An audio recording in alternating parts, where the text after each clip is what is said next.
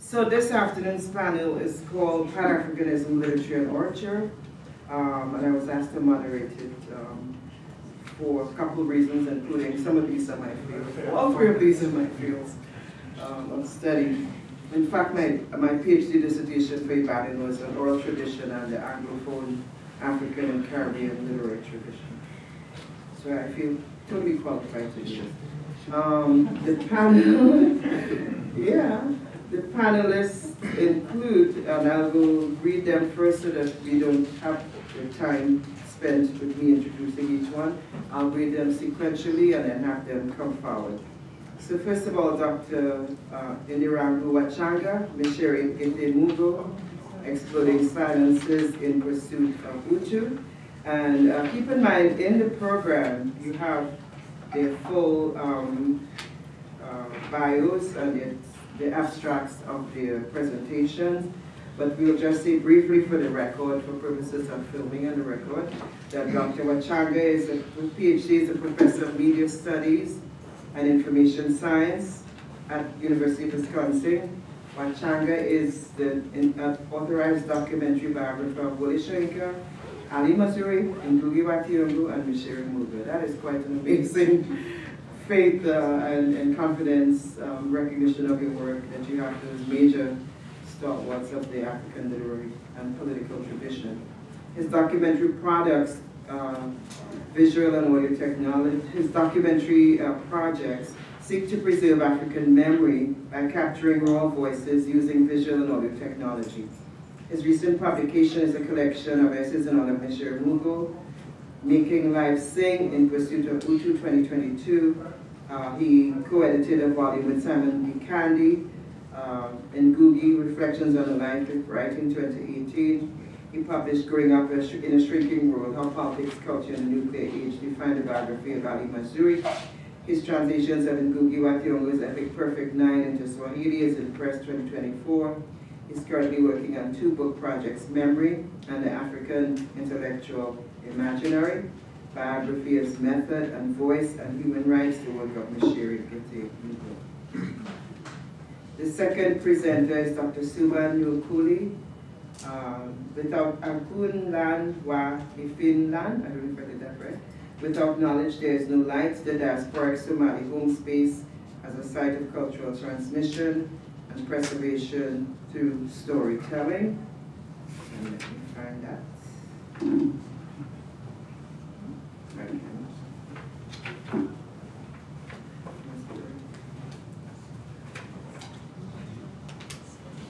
I don't see it here. Is it here? What page is it? Is it here? Oh yeah, I see it. Sorry. I see it. Apologies. It was actually right after the Wachanga. I turned the page looking at it there. Suban Cooley is an assistant professor of African American and African Studies at Michigan State.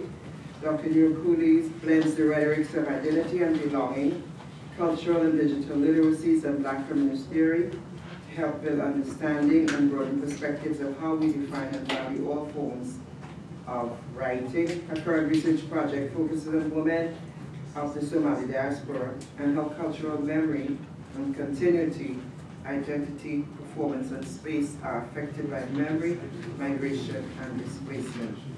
Dr. Philip Effiong will speak on the spirit of Micere Mugo is the spirit of unsung mothers, and again, I found it at the page. Philip Effiong has been teaching at the college level for over 25 years and holds a PhD in drama from the University of Wisconsin at Madison. He's currently a professor of theater studies and humanities at Michigan State University. Prior to joining MSU, he taught in several U.S., Nigerian, and Ghanaian universities. In addition to publishing a book on African American drama and several articles, Philip's memoir, Nigeria's Uncivil War, Memories of a Biafran Child, was released in July 2023. And the fourth presenter, Dr. Derek R. Peterson, Micere Mugo's and Kenya's Left Notes Towards a Biography.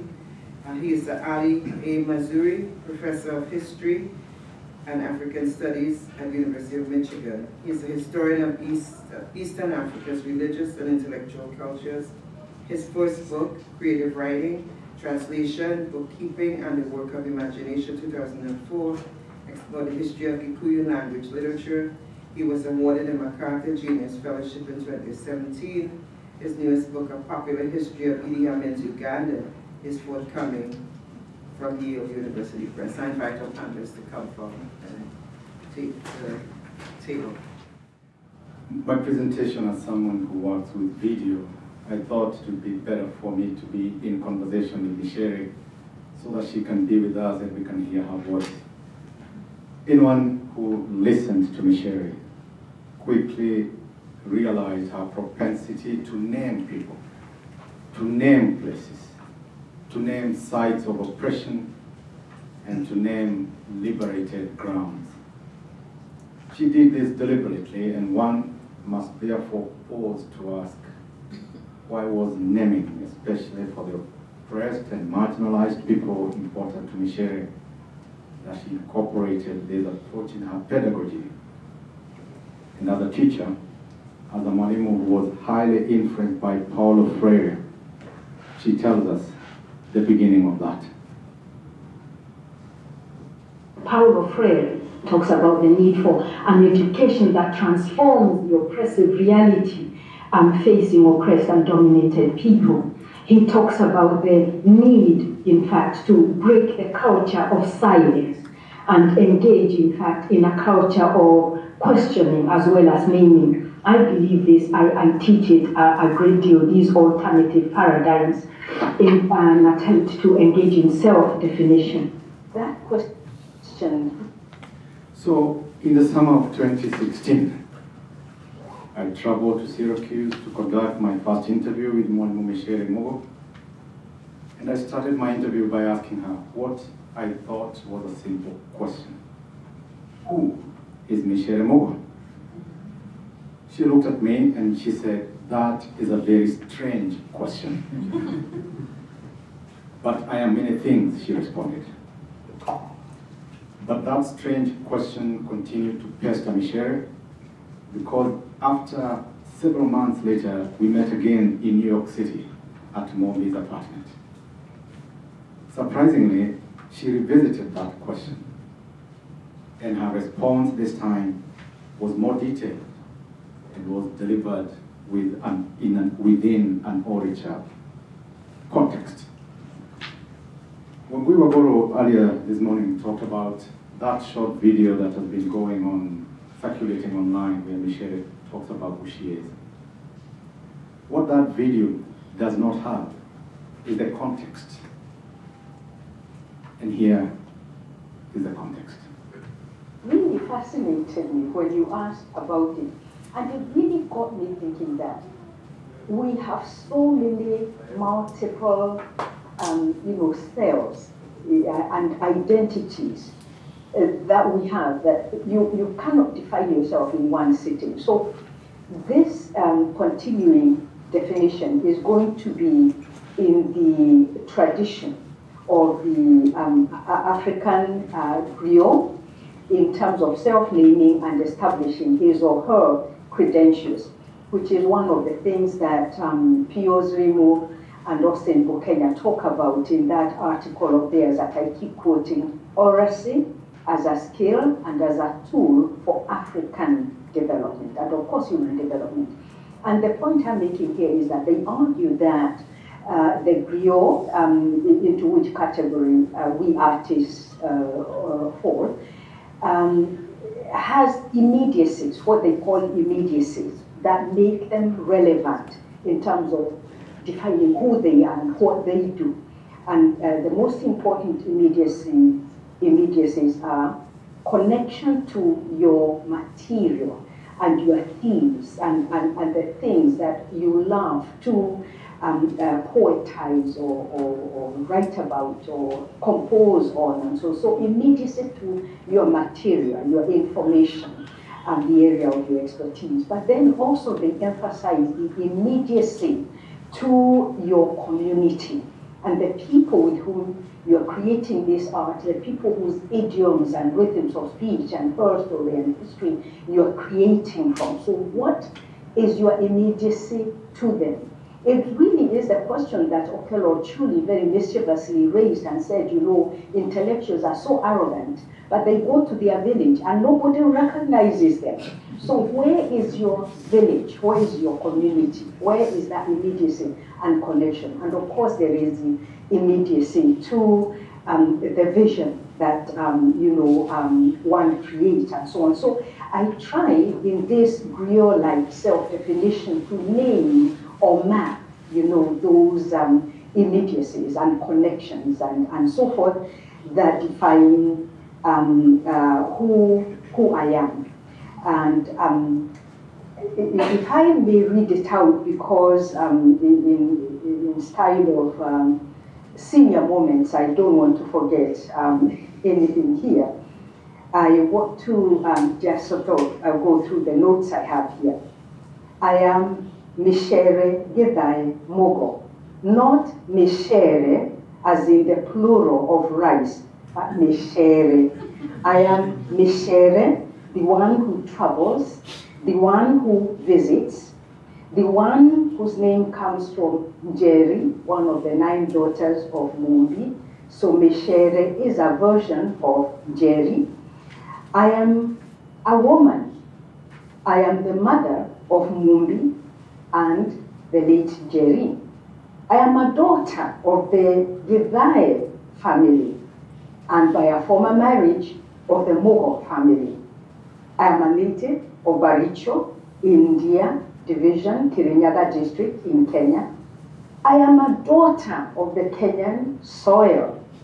I am a border crosser, defying geographical containment. I am Zimbabwean, I am African, I am Pan-African, I am Nigerian, I am Jamaican, I am an internationalist, I am a Black American, I am a transnationalist, I am a citizen of the world.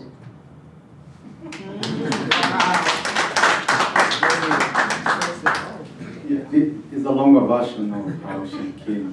She continues to invoke what she calls her immediacy. But this citizen of the world turned to this great tradition, to Orature, at a time, if you look at her biography, at a moment of political crisis. It is often forgotten that Micere did not start as an Orature scholar. In fact, when Micere returned to the University of Nairobi in 1973, she taught African American literature, Indian literature, and Caribbean literature. Literary texts were her pedagogical instruments. And there was a good reason for this. Because Micere had been trained in North America at the height of the Black Arts movement, and she had interacted with thinkers and activists who became her friend, such as James Baldwin and Angela Davis. So in a way, one can argue that Micere brought North America to East Africa. Her turn to Orature reached its peak in exile, as she eloquently reminds us in her powerful essays in Writing and Speaking from the Heart of My Mind. Exile alienated Micere geographically, historically, and spiritually. She was losing what she called the heartbeats that dictate the rhythm and pace of the action on the primary grounds. The question here is, what happens to the voice of an intellectual in exile? Her turn to Orature was generated by this search and desire to reconnect and sustain these primary grounds. This, in my view, must be the context within which we must look at Micere, especially when she started to rethink the project of literature and the project of literature in relation to its audiences. It is out of her engagement with Orature that she wrote one of her most powerful monographs, Africa, Orature, and Human Rights. She did so because she was looking for new avenues of using literature as a medium of democratization. Micere started conceiving literature and literary criticism as a mode of performance, Her goal in performing criticism was to give audience a voice. And by giving her interlocutors a voice, Micere's goal was to offer them an important tool in the production of a culture of democratization. This is what Micere tried to do when she returned to Nairobi in 1973. Kenya was 10 years old. Political disillusionment had set in, but there were these promises for African-centered institutions with African-centered intellectuals. And here she explains to us how that return looked like in 1973. When I joined the University of Nairobi in 1973, I found a team of intellectuals, just amazing people to work with. People like Ugiwadiomo, people like Tabando Leong, Okot Kobitek was also there, and so forth. So, Anyumba,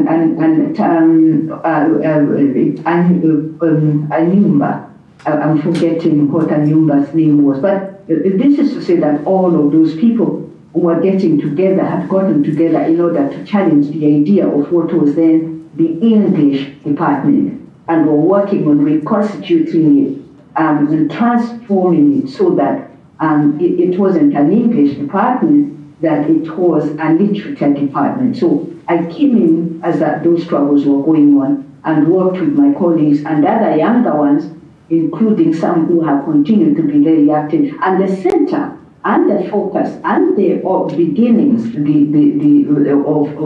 the journey in learning literature, we saw it to be Orature.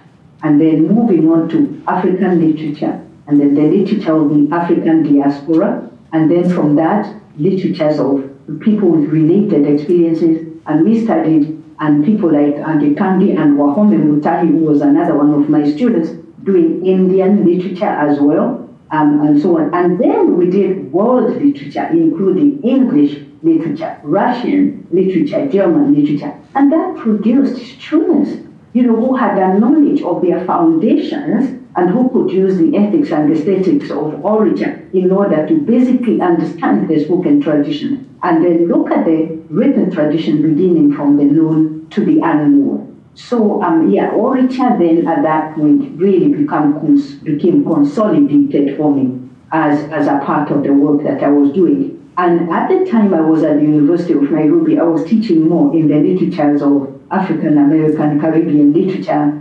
and others, because there was need for me to give that expertise, including a little bit of Canadian literature, where I did my PhD. I was doing more of the written work than the Orature part. The Orature part, there were those of other colleagues doing. But after leaving the University of Nairobi and going into exile, I committed myself to carry on with that vision of emphasizing the importance of the spoken tradition. And why have I continued to love it, and why is it important to me? Because for me, as an intellectual, it's very, very important to demystify the idea or notion of what knowledge is, or who owns knowledge, because knowledge has tended to become the monopoly or the Western educated. Knowledge has tended to be the monopoly or conquering, powers and cultures, dominating cultures. They become the point of reference, and it becomes as if the only valid knowledge is what they have. And we as African intellectuals have to be very, very careful, having grown up with this diet and so on, to remember that knowledge has other signs.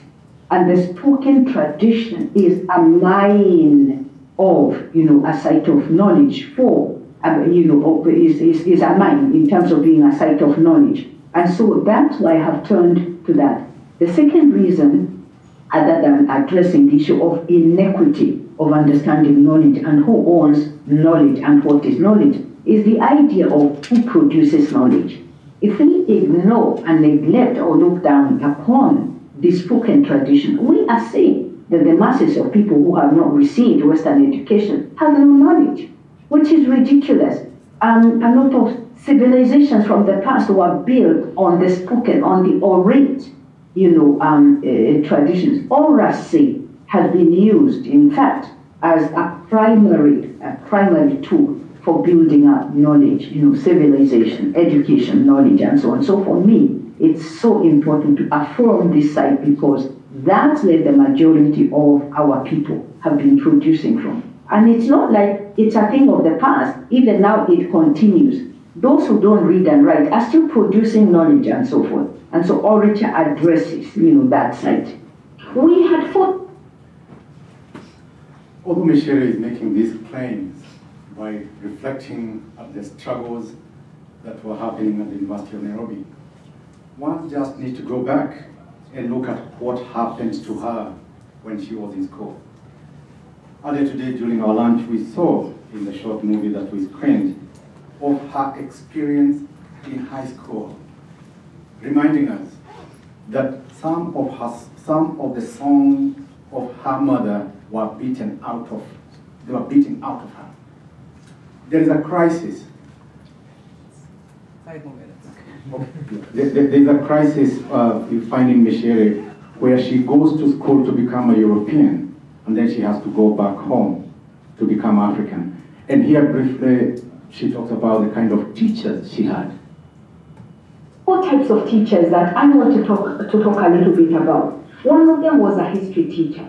And this history teacher used to use texts that told me that my people never existed. That in fact, the land where my ancestors were born was vacant when white people came. There were no people at all. They just found empty land and took it. I mean, who would take free space if you found it unoccupied?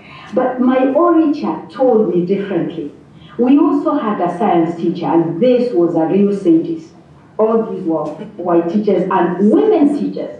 Again, when we are talking of women discourse, we have to remember that if women are part of the structures and systems of domination, they can be just as oppressive as the very systems that we are talking about in feminist discourse. Now, this science teacher had the utmost contempt for African people. She used to hold a needle and ask us, "What is this?" And one of us, a frightened one, would say, "It's a needle." If ever she asked me, I would refuse. I would say, I don't know.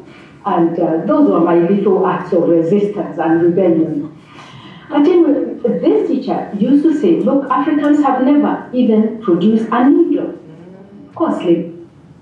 So she goes on to explain why she did not take physics, why she developed this difference towards sciences because of how it was being demonstrated. Remember, this was at one of the best institutions. This is Alliance Girls High School, where, as she said, they were being trained to become wives of district commissioners.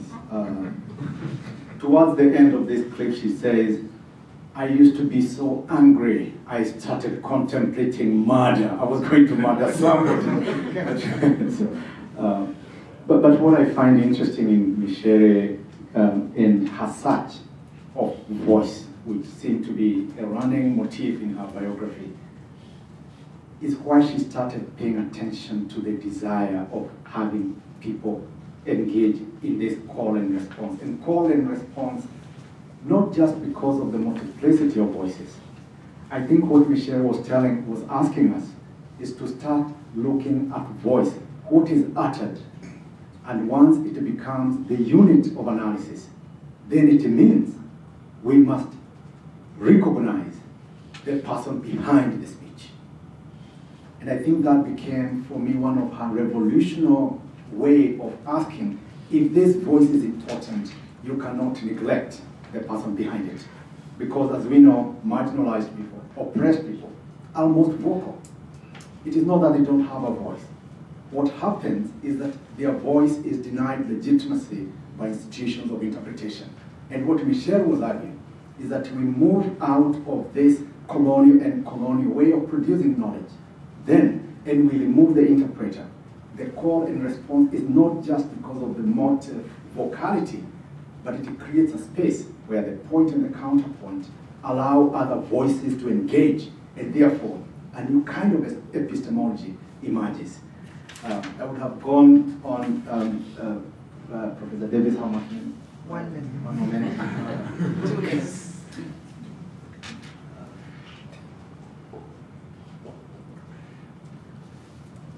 So I think what Micere was saying, just to play 1 minute here, where she said her lessons was to ask us to imagine, and I'm always fascinated by this poem she calls Imagining.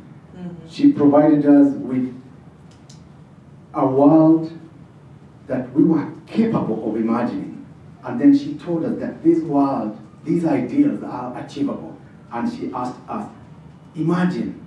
Imagine, just imagine, yeah.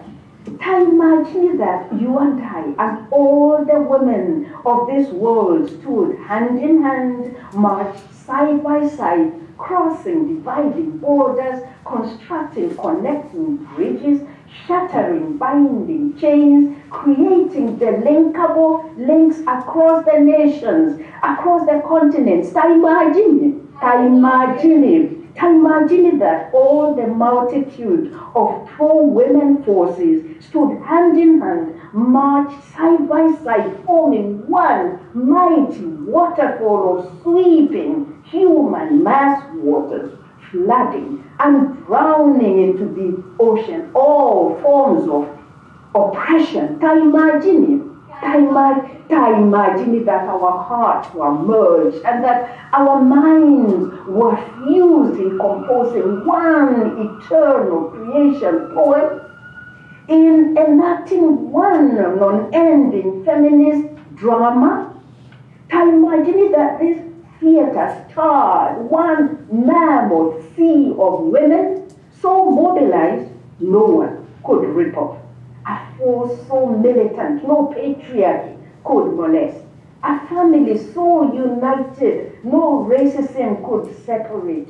A human breed of liberating that no classism can divide. Imagine that. We exploded chilling silences, defrosted, refrigerated womanhood, pestled and mottled the chains that grate and grind us. Imagine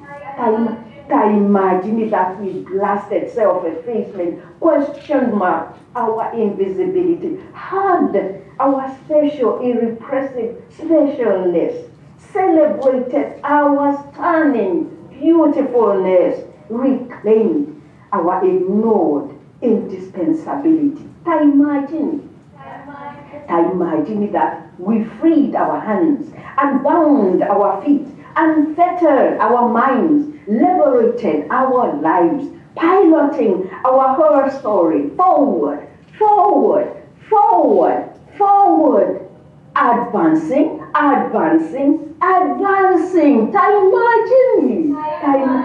Imagine that we stripped patriarchy naked, shouted foul to domination, thundered no to oppression, screamed murder to abuse, pronounced death on imperialism, declared war on classism. Imagine that we painted one limitless canvas of love, choreographed a dance so empowered and empowering, celebrated life for development, delivered through birth, through womanhood, ululated ultimate good in humankind. Imagine. Yes.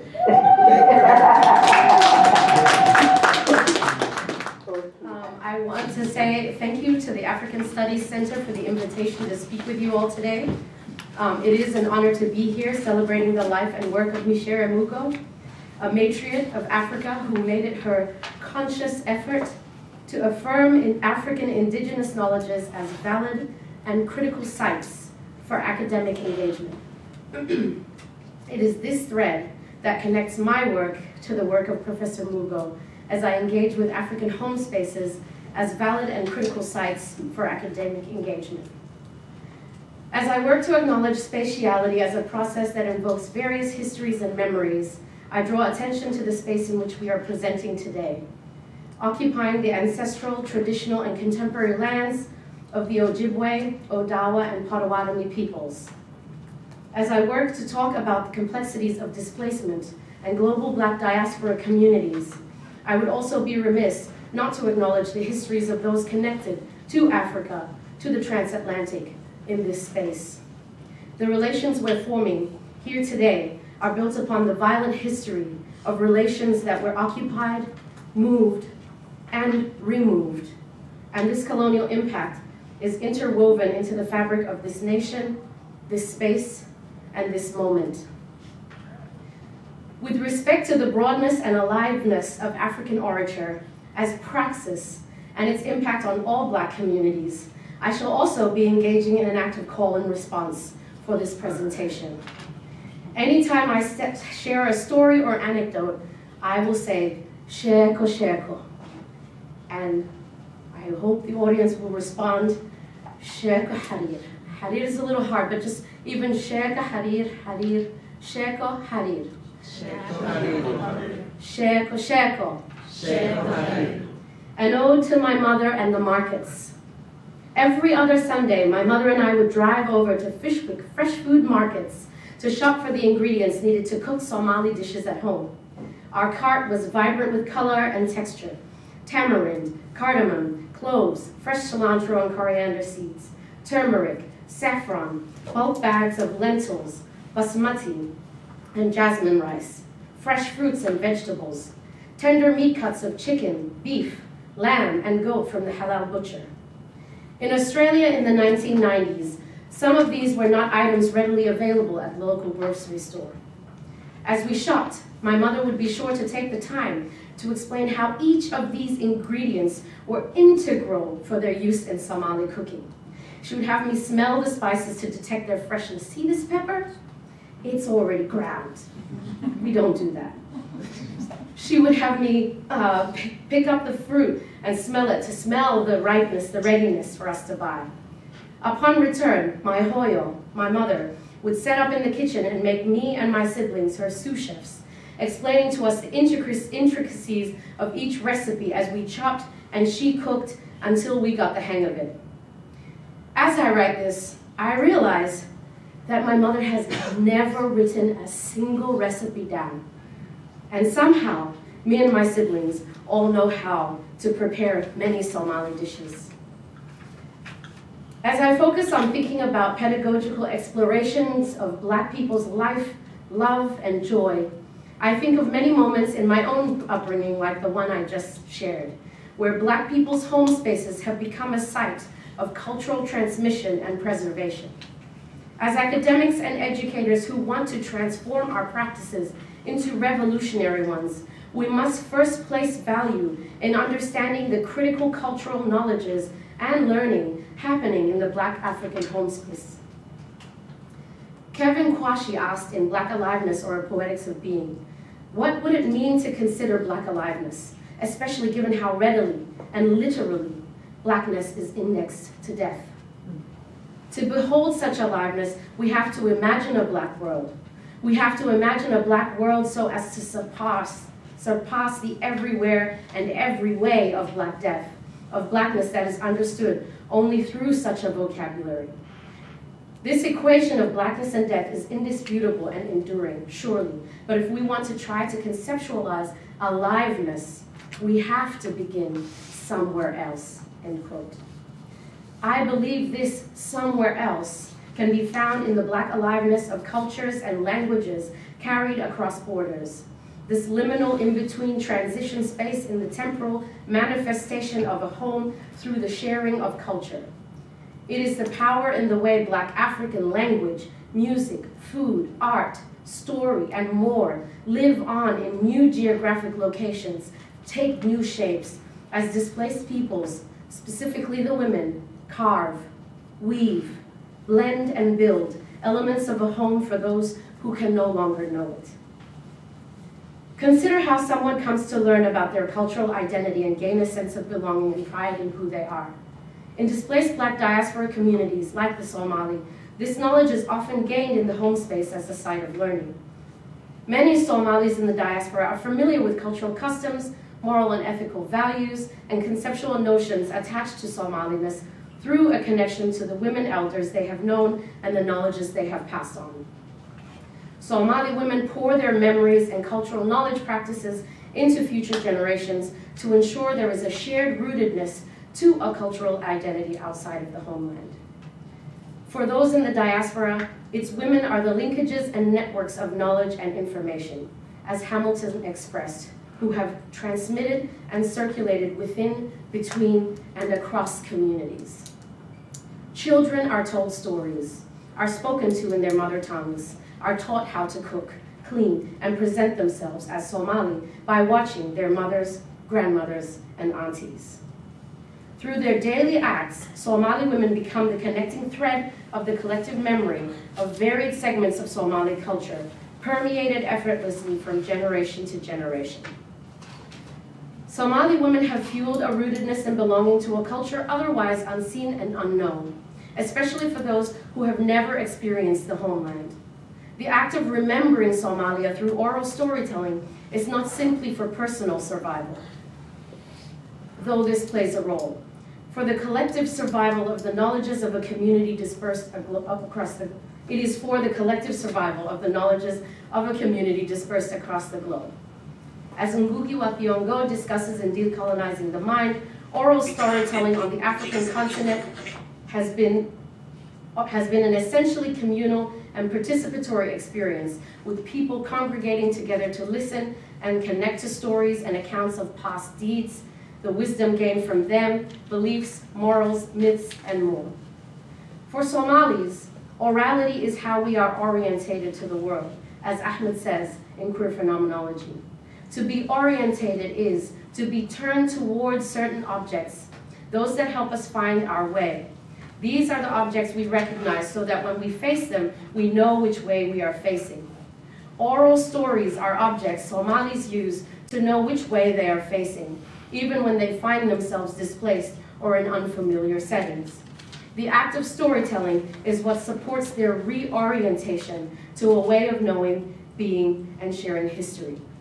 Sheko sheko. I am eating a sambusa in my bedroom.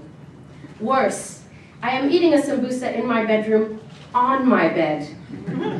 If you are East African, you understand. My Hawarir, my auntie and my mother's sister, finds me and asks me what I will do when the dad comes to get me in the night. She tells me about her hunger for children, how she listens for noises at night, for those who eat alone in their beds, waiting for the crumbs to land.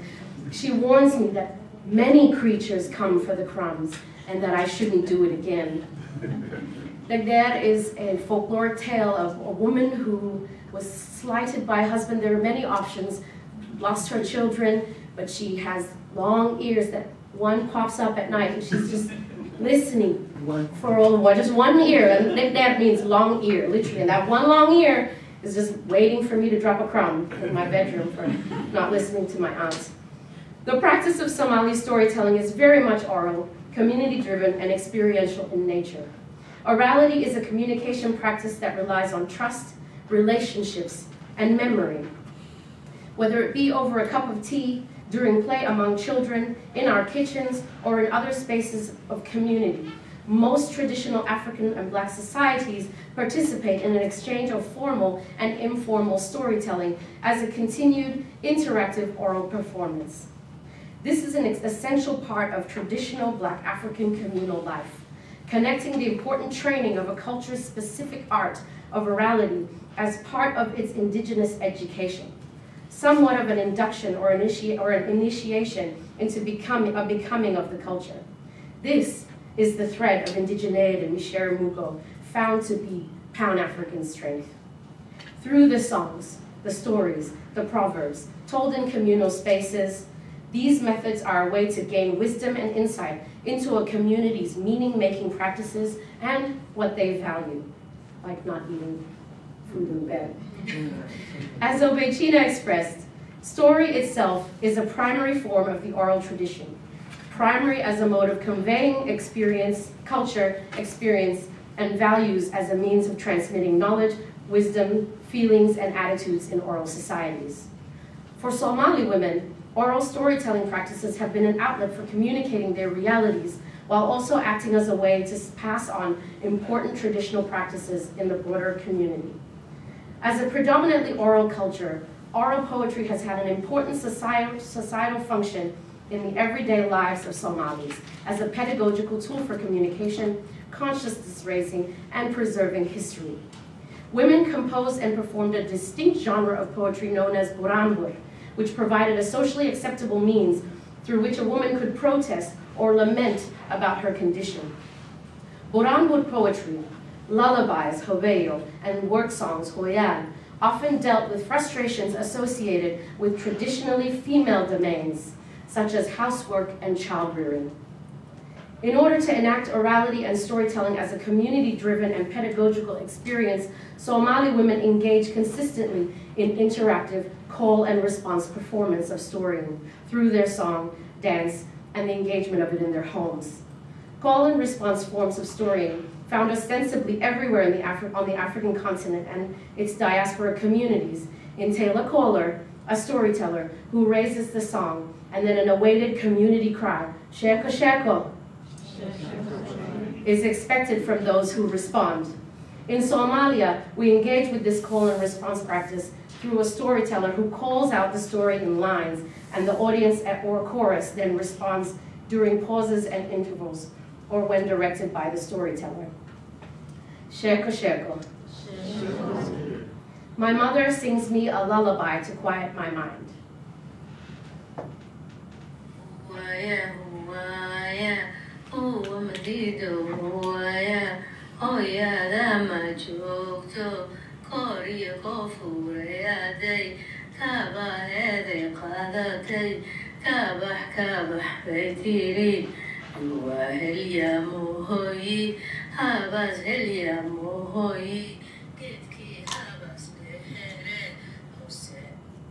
That is my mother singing Hua Ya Hua. My mother sings me a lullaby about a mother who puts on her shoes and leaves, only to be missing. The lesson is that there is value in understanding the impermanence of life. This call and response practice is so embedded in the cultural framework that mothers often begin their bedtime stories with a call, sheko sheko, which essentially is the Somali word for story. Sheko is a story. So even if you have gossip to tell, you say, I've got sheko for you. So, harir, I struggle to translate the exact meaning. Harir is the Somali word used to describe the feeling of silk on your skin, like, ooh, this is soft, smooth. So you're gonna tell me a soft, soothing story, even though you're talking about a mother going missing. The goal is that the story will soothe you in some capacity. The words used in the response from the child demonstrates the value of the story shared and its meaningfulness, both from the participatory engagement with it and from the potential wisdom gained from it. Though I cannot find many texts that speak to the active call and response beyond its traditional roots and a mention of its contemporary use and influence in music, the act itself is an enriching experience of memorization and community storying that can be learned from as a practice that we should welcome and engage with as a central part of our Black radical pedagogical methodologies. To understand the deep-rooted respect gained through performativity of story in Somalia, white scholars describe the influential nature and capacity of a poet in Somali society. This is Ndirangu, if you are in Somali studies. Quote, Somalis often say that a good poet can sow peace and also hatred. He can win friendship by praise and appreciation, deepen an existing feud, or lead to a new one. In the pastoral interior, poets often act as spokesmen for their clans in disputes, and one can even find inter-clan treaties in poetic form. It is not unusual for a poet to rise to the rank of a clan leader, if he is not one already, end quote.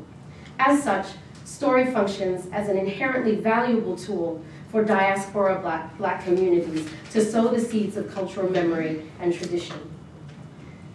Due to the eruption of the civil war after the nation-state officially collapsed in 1991, the Somali diasporic memory has relied on collectivity to rebuild what was lost.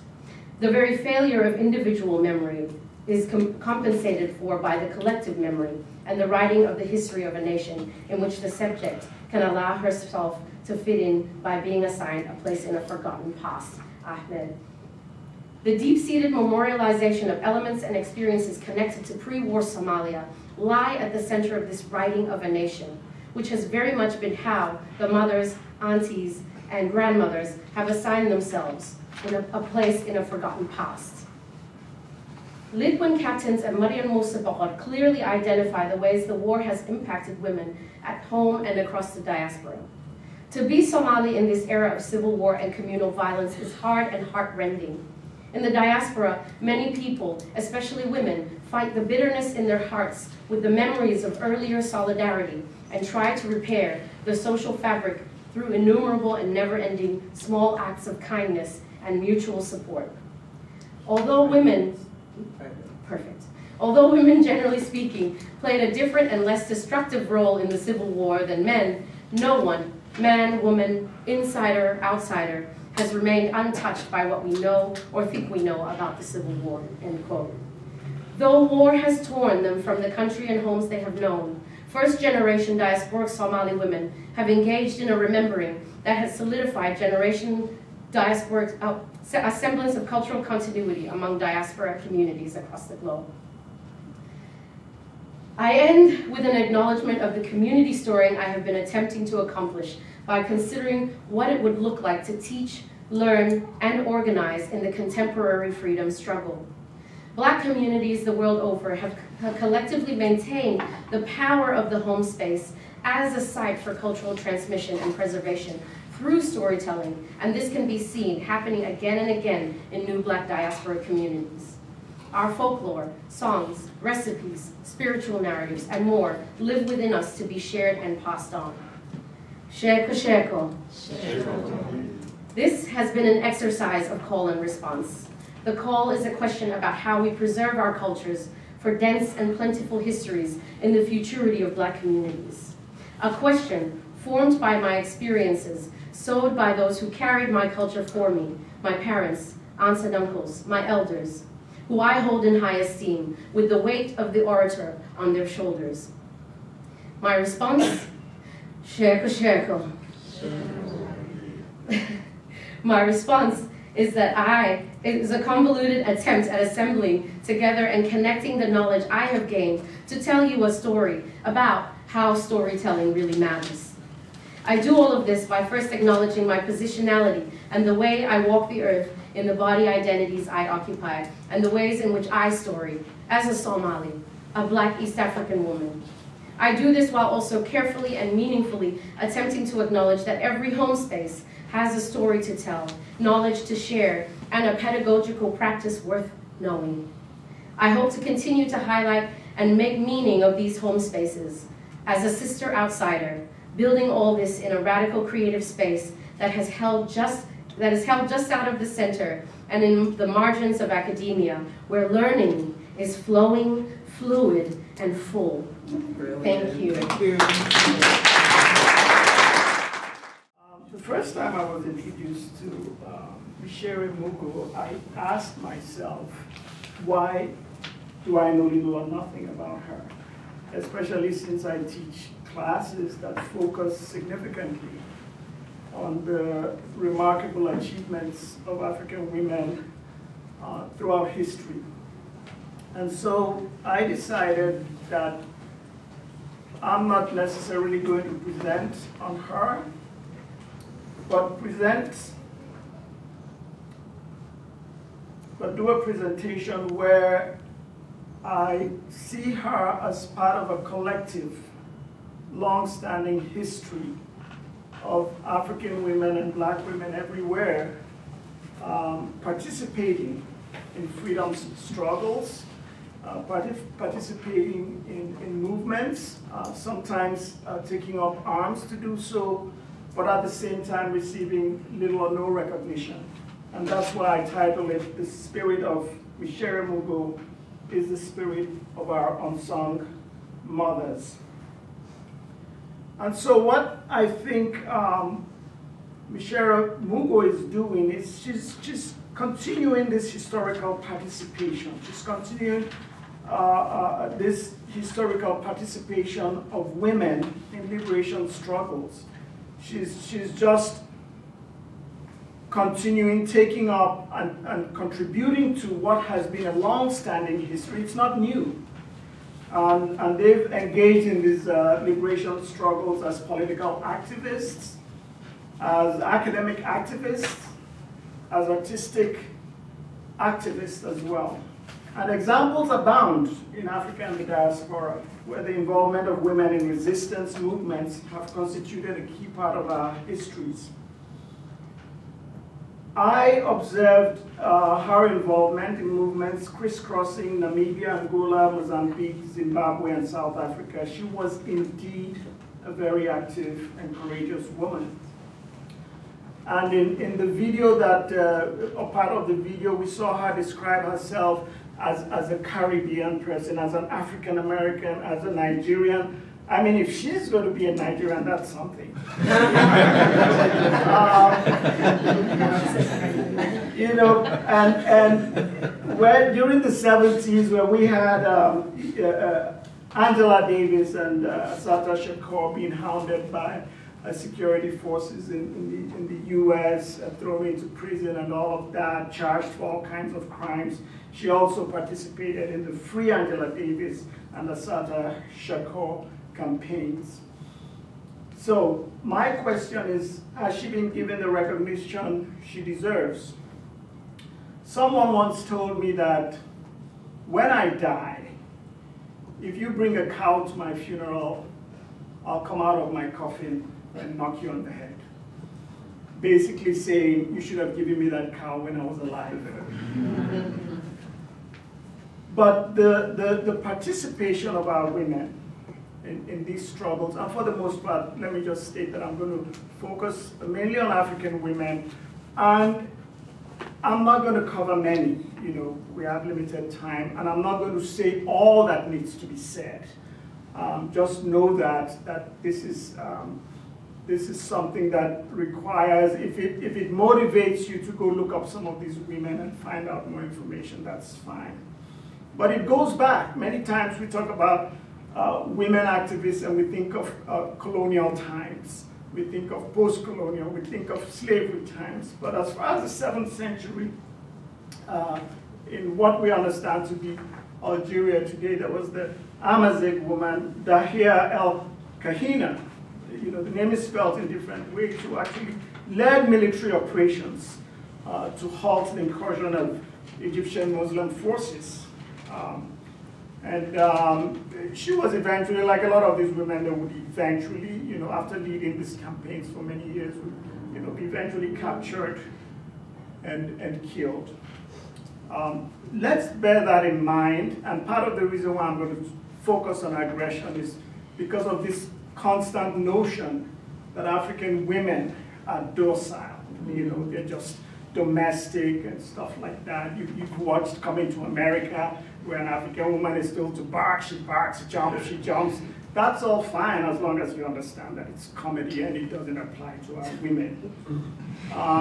Also, long before colonialism, in what is areas around what we understand to be Zaire and modern Nigeria today, around the 16th century, you know, Queen Amina also led men to war, and she was one of the first people in that part of the region to actually go to war on horseback. You know, she did it to protect her kingdom, the Zazao kingdom, or like, you know, it's referred to as Zaria today, and she would, go back, I didn't want to speak here, but that's okay. There's a reason. But she would also expand her trading routes, expand her kingdom, and to areas even close to the southern part of what we understand to be Nigeria today. You can go down two. Yeah. The reason why I'm trying not to have the slides up when I'm talking about them is because I don't want you to focus on the words, because it's still a working process and I probably have some spelling errors there. But the top picture shows Al-Kahina. This is a statue to her honor in Algeria. And then The other is a statue in front of the National Theatre in Nigeria, in Lagos, in honor of Queen Amina. There are others. We've heard about Ethiopia actually defeating Italy around 1896 during the rule of Menelik II. But what many of us don't know is that he was actually sick at that time. And it was his wife, the Empress Tetu Betul, who actually expanded the army by approximately 3,000 men. And that's how they were able to defeat the Italians and halt their invasion of Ethiopia. And also, this was like in the late 19th century, early 20th century. But in the 18th century, in the area we understand to be areas around what we understand to be the Kingdom of Congo, there was Kimpa Vita, who also played a leading role in movements against Portuguese missionaries. And she did something that I thought was really ahead of its time. She presented herself as a divine figure and basically argued that religious figures, as they were presented to them, were not all white, that saints could be black, Jesus could have been black, God could have been black. And she went on, and this is up for, probably controversial, she actually got pregnant and claimed that it was from the Holy Spirit, like the Virgin Mary. But she was eventually declared a heretic. You can go down one, Mike. You can go down, yeah. So those are, again, that's actually a picture of the Empress, and that's a statue in Angola to Kimpa Vita at the top. Now that was before colonial times. In colonial times, it continued. And I'll refer to a few examples and focus significantly on South Africa. The reason why, because South Africa would receive a lot of attention because of how long the occupation lasted and going into the 90s. And so I'll focus a little bit more on South African women. But in what today is Ghana, there was the Ashanti Queen, Mother Yasantewa, who around 1900 would lead a military uprising against the British when they threatened to take the golden stool, which is sacred to the Ashanti people, back to Britain. And she raised an army and went to war in what has been described as the War of the Golden Stool. And at a point, the British envoys and the governor were they had to hide in the fort where they usually stayed, and they were there for months. And they got sick, they started feeding on rats, she blocked water supply, food supply, but eventually she was defeated after reinforcements were gotten from Nigeria and Sierra Leone. And you can go down one, yeah. So that's her at the top there with a rifle. She was eventually captured and exiled to the Seychelles where she died. The picture below is of Amina Kashelia, political activist. Now this is until West Ghana. This is now South Africa, who was very active as a political activist in the Transvaal Indian Congress. Like South Africa is made up of people of several racial identities. She was also a member of the Federation of South African Women, but also a member of the African National Congress. So a lot of them crisscrossed organizations. Some organizations focused predominantly on their identity groups, but they also embraced organizations that were not necessarily race specific. There were others, and again, it's amazing to me how many of these women we didn't know. There's Ida Ntwana, also anti-apartheid activist. Mike, you can go next slide. First president of the ANC Women's League, Annie Silinga, member of the Federation of South African Women, and the Langa Vigilance Association. Langa is like a community. So you see how, and all these women were so active that they weren't just active by talking. They would go out and protest. They would take risks. And they would be out there, and many times they would be attacked, they would be in jail, they would be jailed, they would be imprisoned, they would face house arrest. You can go to the next one. The next slide. This woman, Ruth First, for instance, whose family came from Latvia.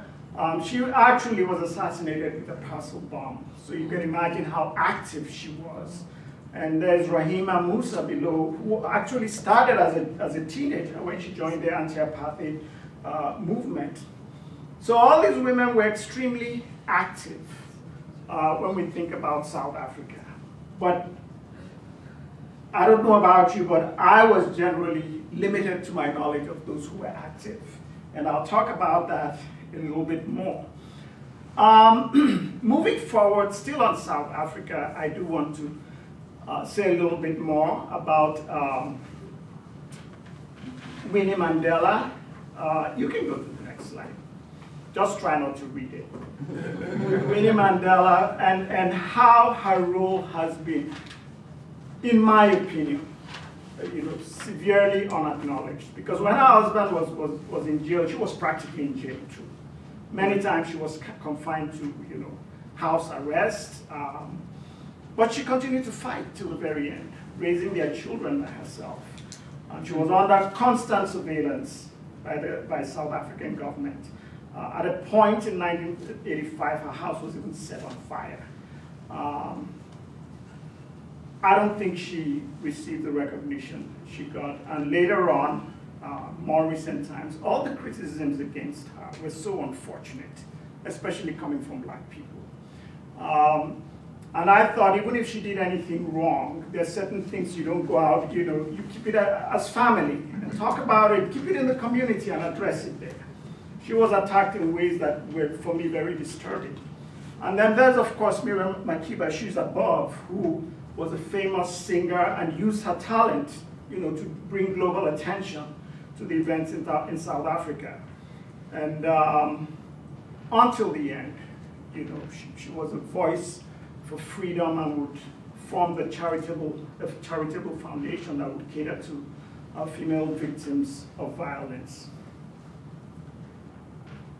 And then, real fast, you can go, Mike. Is Mike here? If not, that's. Oh, where is he? Oh, sorry, Mike. Miss, if you probably heard of the singer Fela Anikulapo Kuti. This is his mother, Fumilayo Kuti, who was way ahead of her time. In 1947, led a 20,000 women union to fight and challenge the colonial laws and taxation. And it was so successful that she actually got a major chief to resign his position. The chiefs were generally used as channels through which to carry out colonial laws and rules. And then earlier on in 1929, you had probably about 25,000 women in what today is Eastern Nigeria, what used to be Eastern Nigeria, also do basically what Mrs. Fumilayo Ransom Kuti did, is just that they didn't have a single leader, even though some names are thrown out as names of women who were, instrumental in carrying out this revolution or insurrection against colonial rule. But they weren't playing. They sang songs, they marched, but they also blocked roads, they burned down European-owned stores, they brought down electric poles, they burned down post offices and banks, partly because they were first killed. And in the end, there were a lot of victimizations against them, and many of these women ended up being killed themselves. And entire villages were sometimes burned down just to retaliate against them. The women the picture of the women at the bottom, we don't really have a lot of names and pictures affiliated with this larger movement, this more collective movement. But this picture you'll find in a lot of books or in a lot of articles that address this topic. I do know one woman, though, by her name, who participated in this because she was my grandmother. She also faced a lot of victimizations, and my grandfather, her husband, had to relocate the family from where they stayed to avoid victimization. And I think it would be only fair to mention, if you can go to the next slide, to mention Kenyan women. Mekatilili Menza, I don't know if I did that well, sorry, but she was very active, against the colonial administration. She challenged forced labor and taxation, and she was especially active from around 1913 to 1914. She was arrested, thrown in jail, like usually happens, escaped. Allegedly, there are conflicting stories here that whether she escaped from prison in Kenya and then to prison, and then later on she was captured, put in jail in Somalia, and escaped again. Yeah. And then there's Muthoni Karima, who just died last year, who started off as, in the Mau Mau War, started as a spy and was supplying food to the fighters, but later on took up arms and fought alongside the men. And you wonder why we continue to hear about people like Dedan Kimathi and Jomo Kenyatta, and we don't hear anything about these women. So, in conclusion, the truth is that many African women who have been very active in various resistance struggles have not received the recognition they deserve. In a country like Nigeria, and perhaps there are some other African countries, you're more likely to see airports and roads and bridges named after dictators or former dictators, or people who we openly describe as criminals, as political criminals and thieves. You're more likely to have these institutions, these amenities named after them than after people like Fumilayo Ransu-Kuti. Some of you here, perhaps most have used Murtala Mohammed Airport, former dictator, participated in 2 coups. One of the coups he participated in was one of the bloodiest on the African continent, perhaps anywhere else in the world. Ghanaians, maybe you can speak for yourself. You say you love Kwame Nkrumah so much. He was so inspirational, he was dear to us, and so on. So why is your airport named after the man that overthrew him, Kotoka Airport? You've probably heard about Abacha and how horrible he was. Well, you still have streets named after him. All the awards he received, none of them have been taken from him or his family. And in South Africa, we think about all those wonderful women. All the recipients of the Nobel Prize for Peace, especially as it relates to struggles against apartheid, all of them have been given only to men. Not even Miriam Makeba or Winnie Mandela. In fact, racist President de Klerk was even given a Nobel Prize. And I understand that there are those men Africans who support that it was necessary for the sake of peace. I would say kiss my, but since we're in this room, I am not going to say anything like that. It is hypocritical to talk about rewriting history and correcting misrepresentations while excluding women achievers from history and failing to give them the recognition they deserve. Even in the United States, I know African American women went through a period where they had to tell their men, hey, some of your brothers are sisters, and it would inspire things like the womanist movement or the writings of publications of books like Color Purple or the play for colored girls. I understand, like we've seen the monuments, statues, sculptures, etc. built to these women, but it's not enough. Monuments are ultimately viewed as relics of the past, things that belong to museums and should be visited periodically. These women deserve more. Their current and ongoing relevance needs to be comprehensively captured in books, in literature, in history, in documentaries, thank you, sir, in movies, in academic curricula, and in the names we give our bridges institutions, airports, highways, and so forth. Thank you for listening. Start by thanking Professor Zulu and the staff here at Michigan State for having me from Ann Arbor. It's a great pleasure and an honor to be asked to speak at this important occasion. So I've started this paper by asking a question that is not a particularly comfortable one, and that is to ask, at what personal cost did Micere Mugo and other Kenyan writers compose radical fiction in the 1970s?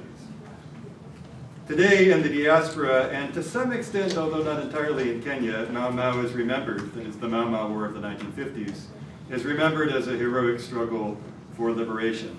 But in its own time, the Mau Mau War deeply divided Kikuyu families, pitting relatives against relatives, in an agonizing struggle over land and freedom, or in Gikuyu, Ithaka Naweathi, which is not exactly land and freedom, it's better seen as property and self-mastery. In the 1960s, Kenyan writers made the enduring traumas and social divisions of the Mau Mau War into the major theme of their literature. That's why Ngugi wrote, for example, Grain of Wheat. And indeed, as we'll see, Dr. Mugo was herself a practitioner of this literature of psychological and social healing. But in the 1970s, radical writers turned away from the examination of collective trauma, outraged at the murder of the populist politician J.M. Kariuki in March 1975, and driven by the anger of student activists, Dr. Mugo and her colleagues reworked their account of the Mau Mau conflict in the radical fiction of their time. In the mid-1970s, Mau Mau became a straightforward war between good and bad, between loyalist sellouts and principled patriots. All of us, whether scholars or creative writers, travel ground far distant from what our parents knew as we research and write. But Micere Mugo traveled further than most of us have done. And as we'll see, her political writing took her athwart her family's own history. It's the creative tensions occasioned by her radical literature that I want to talk about today. As we've already heard from the excellent documentary that Professor Ndirangu showed us earlier, Micere Madeline Githae was born in 1942 in Baricho. Her father was Richard Karuga Githae, a school teacher in her early years, later a man of some consequence, if we could go to the next slide. He was elected to the local native council in Embu district in 1952, a sign of social and political distinction. Soon thereafter, he was made a government chief in Embu district. It's not surprising that Richard Karuga Githae's relationship with the Mau Mau movement was vexed. In Embu district, as everywhere else in central Kenya, Mau Mau was a movement of impoverished men and women, many of them dispossessed by land consolidation in the years immediately following the Second World War. It may be that Chief Githae, like many prosperous men and women, regarded Mau Mau as a movement of the undisciplined poor, as a threat, that is, to economic and social progress. For many people who the British called loyalists, Mau Mau partisans were lazy and irresponsible, lacking, that is, the moral fiber and political discipline that it took to make progress. One editorialist wrote to the Embu district newspaper in this way in 1953. As he said, Mau Mau men had, quote, ignored working to earn their own living. Later, when they became poor and with nothing whatsoever, they cunningly and cleverly found in this Mau Mau movement a means through which they could get everything they wanted for their living. Those were the sentiments of many of the people who came to be loyalists, and they were shared by, among others, Jomo Kenyatta, who was to become president of Kenya, and by many of the members of the Kenyan African Union, of which Chief Githae was evidently a member. The members of the KAU, almost with only a few exceptions, regarded the Mau Mau movement as a movement of amanamari, as gangsters, that is, of hooligans who were not credible political actors. Whatever logic guided his personal political choices, it seems clear that Richard Githae was, in some sense, a loyalist. Today, Mau Mau veterans who have been interviewed by colleagues of mine remember Chief Githae as one of their enemies. The detention camp in Mwea, which was his division, was known to be a particularly punishing place for some Mau Mau partisans who were held within it, and I've read in the Kenya archives petitions composed by detainees in Wea complaining about the brutality of their treatment in the hands of their warders. But Chief Githae was, you could go to the next slide, like all of us, divided and lived in a morally and politically complex world. In Embu, as in most other parts of central Kenya, there were no cut-and-dried divisions between Mau Mau partisans on the one hand and colonial loyalists on the other. In 1953, Anglican missionaries reported that there was, quote, general confusion as to who exactly are the Mau Mau leaders, and it's generally stated that many people are good home guards during the day and Mau Mau by night, unquote. In India Division, 67 of 70 Anglican church teachers were known to have taken a Mau Mau oath in 1953. Chief Githae seems to have been among the many Anglican Christians with attachments on both sides. In 1954 or 1955, he was arrested by colonial authorities and spent several months in a prison in Embu town. Young Madeline Githae was later to remember her terror at seeing him there, his hands shackled. Next slide. Young Madeline was largely sheltered from the terrors of the Mau Mau War for reasons that the documentary we saw earlier today brought to light. She was the first black girl to study in Limuru, which had hitherto been reserved exclusively for whites. Later, she would remember her time in Limuru school, girls' school, as formative of her political vocation. She was at Makerere University from 1963 to 66, where she read literature and edited the student literary newspaper alongside her future colleague, then called James Ngugi. As she found her way into Uganda's literary scene, young Madeline Githae also gained entrance into the high society of Kampala in the mid-1960s. In 1964, she joined the Uganda Association of University Women as a student member, registering herself as Miss M. Githae, Mary Stuart Hall, Kampala. The UAUW was a social fulcrum for elite women in those years, and a platform for their liberal politics. Its chair was Eunice Lubega, the first woman to graduate from Makerere. The luncheon secretary was Hannah Lule, who was the wife of the first black principal of Makerere College. These and other accomplished women saw themselves as a vanguard. Their association aimed to, quote, discharge the special responsibilities to the society of those who have enjoyed the advantages of an education, unquote. Young Madeline Githae could have attended the panels that the UAUW organized at their annual conference in 1965, which had titles like The Challenge and Responsibility of Women in Africa, or she might have attended a lecture about Africa's heritage, or another about women's role in Africa. She first appeared in the newspapers in September 1969. She'd taken seriously the lessons she'd learned about the responsibilities of an educated womanhood. In the view of the reporter, she was a girl you rarely meet, for she had both the beauty and the brains. This reporter was very impressed. She'd won a Commonwealth Scholarship to go off to the University of British Columbia to study world literature. On the completion of her degree, she vowed to return to Kenya to take up her duties as a teacher. And it was during her time in Canada that she published her first work, The Long Illness of Ex-Chief Kiti, which came out in a Canadian literary journal called Fiddlehead in September 1971, under the name Micere Githae. The Long Illness, this is the book version, which was published some years later. The Long Illness is a richly textured reflection on the social divisions and moral traumas occasioned by the Mau Mau War.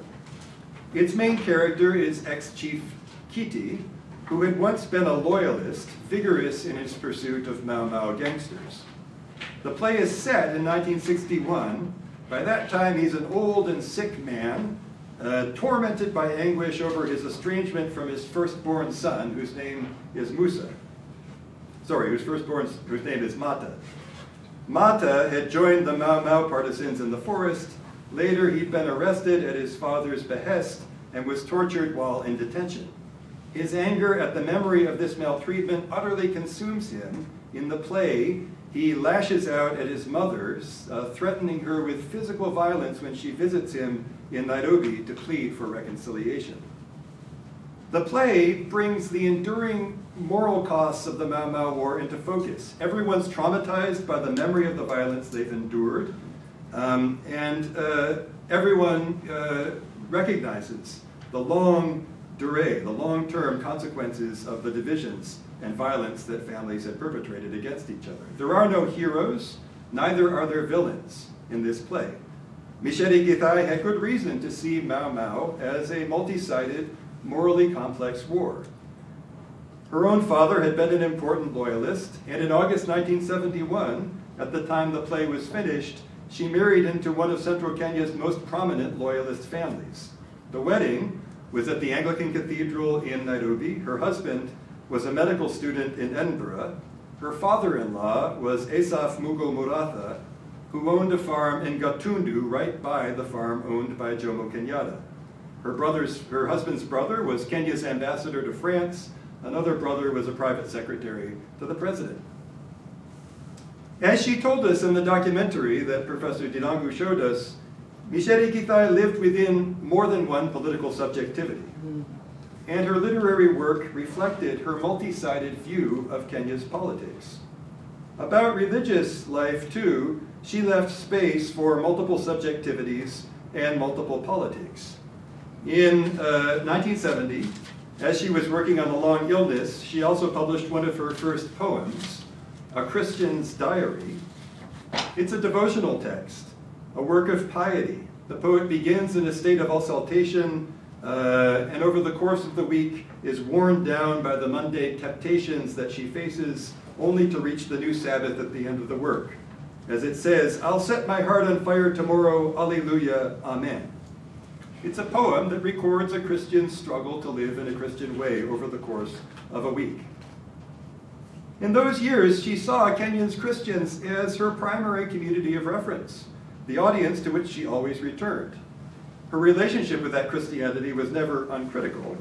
Her religious politics were condensed in a poem that she completed in the year 1970 that was titled Don't Be a Cabbage, which is a hilarious poem. The poem's narrator is outraged to hear that Jesus had called on his followers to turn the other cheek. The narrator asks, Jesus said what? He, the truth, who called things as they are, the man whose fighter's guts I will always dig, he said what? And she goes on to say, in the last stanza, no child, don't be a cabbage. If your enemy strikes you on the left cheek, crush his right jaw. This was an activist Christianity that she sought to cultivate. In those years, she spoke regularly before committees of the National Christian Council of Kenya, calling for the Africanization of church leadership and for the reform of its theology. She was emphatic about the importance and value of Africa's culture, music, and religion, as you can see from the editorial that's on the screen. While she decried foreign influences on young Africans' minds, in her own writing, Micere Mugo was unfettered by cloistering anxieties about cultural property. She didn't work on a palette in which African culture and experience were walled off from the wider, incurably multicultural world of creativity. In 1976, she published her landmark volume of poetry, Daughter of My People Sing, which is a wonderfully disparate collection. There's a poem describing in 7 short lines what it's like to see the light break over a winter snowscape. There's a poem titled Contentment about the sweetness of true love. There are 2 poems celebrating the weddings of friends. There's a poem titled From the City for Job Hunters about urban people's precarious lives. And there's a brilliantly self-reflective poem that I can't discuss given the limits of time, titled Up Here, Down There.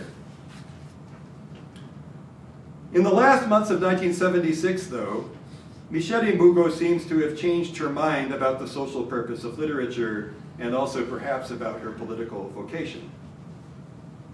On the 20th of October 1976, the National Theatre in Nairobi laid on The Trial of Dedan Kimathi, a play authored by Madeleine Mugo, or Micere Mugo as she then was, and her colleague Ngugi wa Thiong'o.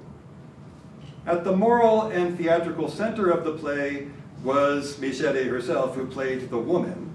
It was, in the view of a reviewer, the play everyone wanted to see. It was on stage for 5 nights, playing before packed crowds. The reviewer thought that the thing took too long to develop. There was too much singing before you got to the core of the action. And during the course of the opening night, the actor playing Wambadaria, who is Kimathi's brother, had a tooth knocked out by another vigorous dancer, apparently.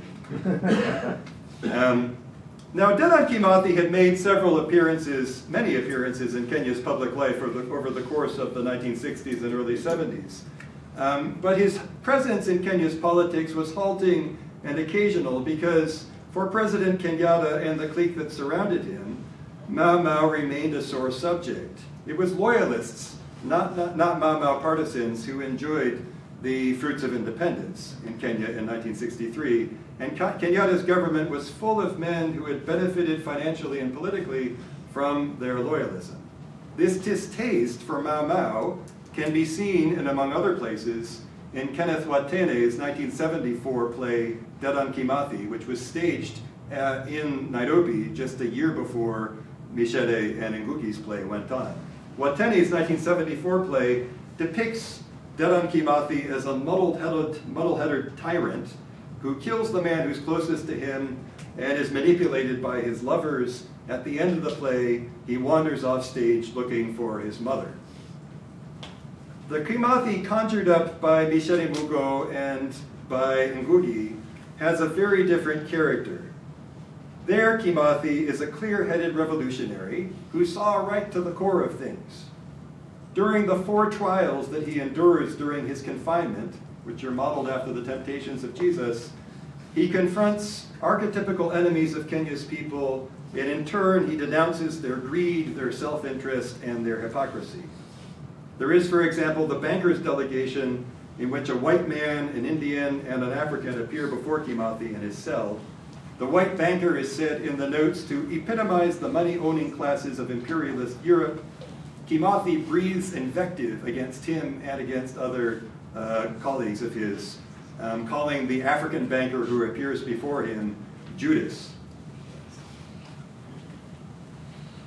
None of the characters in the trial of Dedan Kimathi have a name except Kimathi and Shaw Henderson, who's the magistrate, the malevolent magistrate who tries Dedan Kimathi. The characters are all stereotypes, stand-ins for larger social or political categories. The moral sensitivity and political nuance that Micere had brought to her earlier writing in the play in 1976 was stripped away. As the authors wrote in their introduction, all of Kenyan literature is on trial. We cannot stand on the fence. We are either on the side of the people or on the side of imperialism. So the question for me is, how did the self-aware writer of the long illness of ex-senior chief Kiti, how did the sympathetic chronicler of social trauma become the preacherly co-author of the trial of Dedan Kimathi?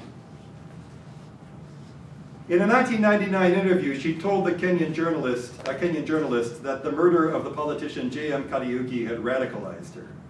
In life, Kariuki had been a hero of the Kenyan left.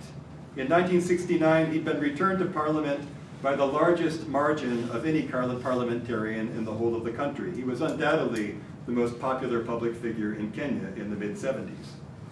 He was murdered in March 1975, and in the days and weeks that followed, students at the university took to the streets to protest against JM's murder. It was a heady time, full of tense, weighted argument over the iniquity of Kenya's ruling class. Micere would later remember that university students would, as she said, go into the library, read about the latest debate, and walk into the classroom armed with the information, ready to test the professor's knowledge. As she went on to say, walking between the classroom and her office demanded fortitude and resolve, for students would stop her along the path every few steps to disagree or partly agree with what she'd said in her lecture. So this was the political world in which Ngugi and Micere brought out the trial of Dedan Kimathi, staged 19 months after the murder of J.M. Kariuki.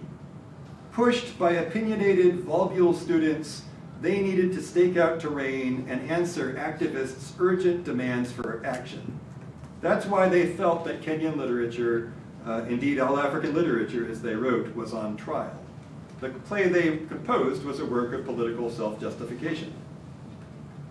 What did Micere's father, ex-senior chief Richard Githae, make of the trial of Dedan Kimathi? Did he see himself among the cardboard archetypes that Ngugi and Micere conjured up in their play?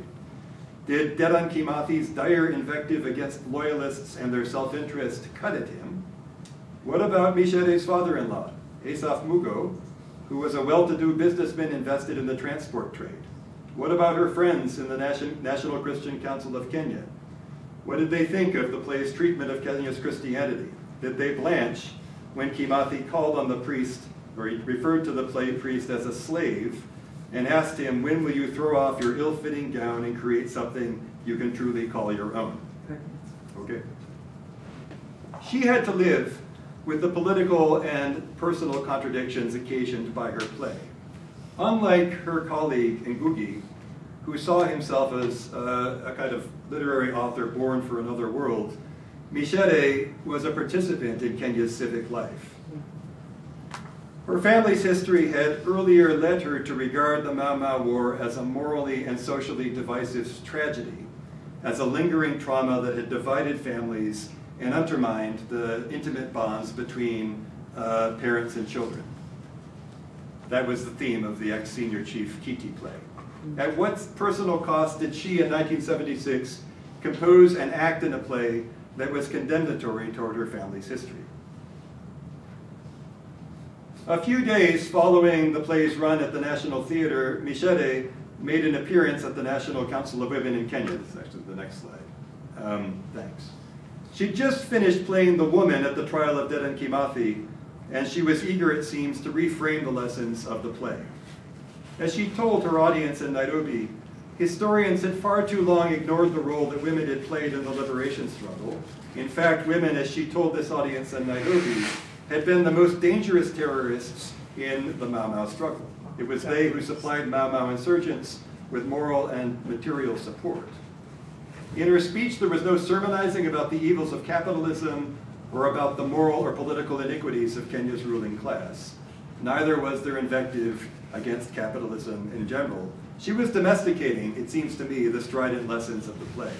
Outside the theater, a week following the play's close, did she feel the need to moderate its politics? Did her family's private anguish cause her to describe this radical play as a blandly liberal affirmation of women's role in Kenya's history? It's interesting that she said much the same thing in the interview that you showed earlier in 1976. Now, Ngugi was to go on to compose 3 works in Gikuyu that followed much the same line as the trial of Dedan Kimathi. There was Gahika Deenda in 1977, Shaitani Mutharafaini in 1980, and Matigari Manjirungi in 1986. The Kimathi play was the platform on which he was to launch the most consequential phase of his distinguished career. Micere Mugo, by contrast, moved on to other things. In 1993, she read a poem before an audience in Cornell University. The play is titled My Mother's Poem. The poet's father had recently died. The distraught poet reached out, as she wrote, through the telephone line across the Atlantic to try to reach my mother. In her sorrow, she drowned the telephone line with a river of tears. What was she mourning? Her mind, as she wrote in the poem that was later published in the book version of this play, was full of tormenting images of uncaptured time between him and me. But more, she was troubled by unspoken tortuous thoughts which jettisoned pain across the warring zone of antagonistic lost contact. It's impossible to know the depths of another person's sorrow. It seems to me possible, though, that her sadness arose from the knowledge of the pain her father must have endured in 1976 as he found himself unwittingly cast as an enemy of the people by his daughter. Micere Mugo was to spend her literary career caught in the tension between her family history on the one hand and the radical requirements of her art on the other. Much of her work reflected on a deep understanding of the social and moral burdens that her father and his generation had borne. But as she was caught up in the propulsive anger of student activism, she came to see the 1950s through a different lens, as the starting place for the awful injustice and inequality of her own time. That is how she became, for a time, a radical. That is also how she became an exile, distant in body and in spirit from the world of her father. Thank you very much.